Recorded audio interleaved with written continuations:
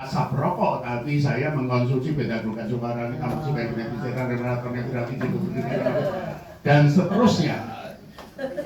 Ketika mindset itu terbangun, maka ketika nyepoin dengan segenap hati kita masuk di dalamnya.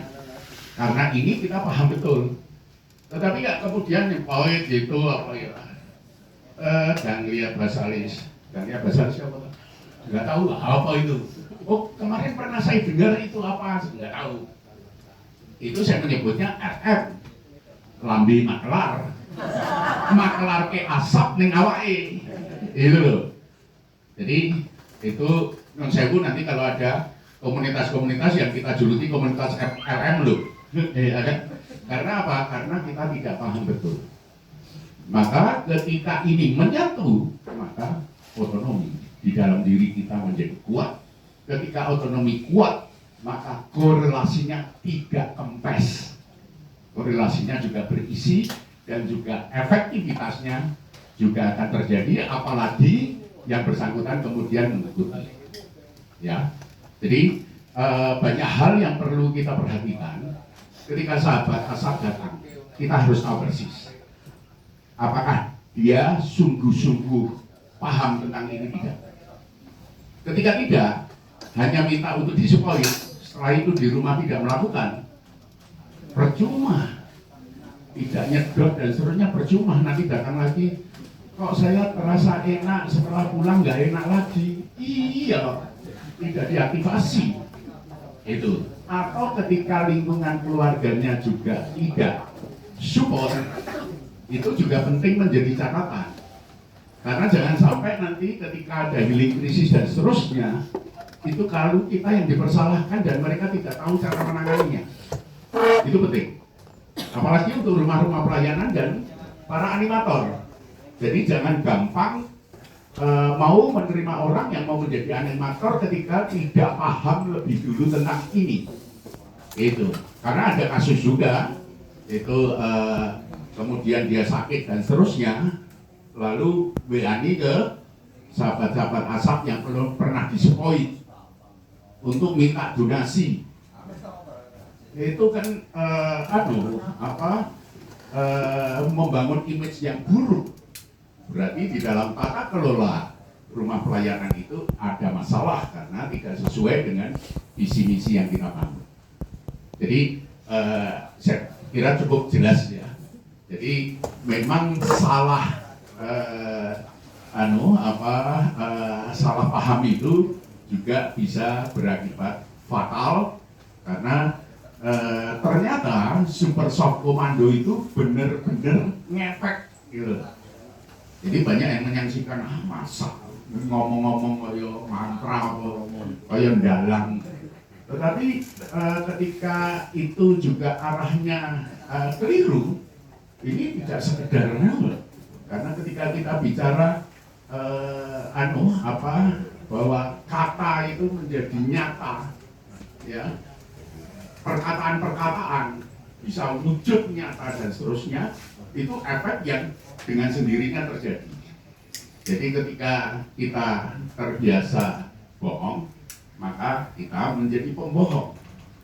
Ketika kita bicara jujur, maka kita dikenal sebagai orang jujur. Tapi hati-hati, jujur juga iso ajur. Jadi perlu kemudian kita bicara tentang kebijaksanaan. Ya, bijaksana itu adalah penyimpangan yang diizinkan.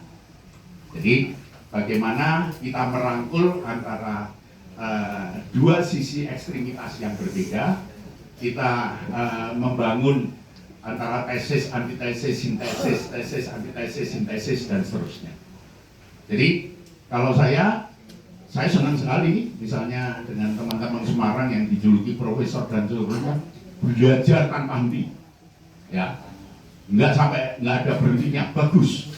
Karena itu makin membangun kekaguman di dalam diri kita, tetapi aplikasinya buat menjadi sesederhana mungkin, berorientasi pada harmoni, itu.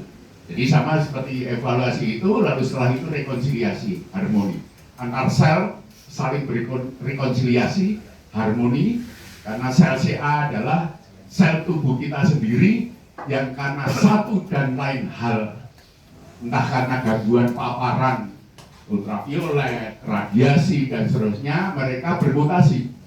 Jadi bukan karena PDW mereka itu, mereka juga mengalami kegagalan fungsi. Maka kita sebagai satu tubuh itu, sebagai orang tua atas sel-sel kita juga bertanggung jawab untuk menyayanginya gimana caranya.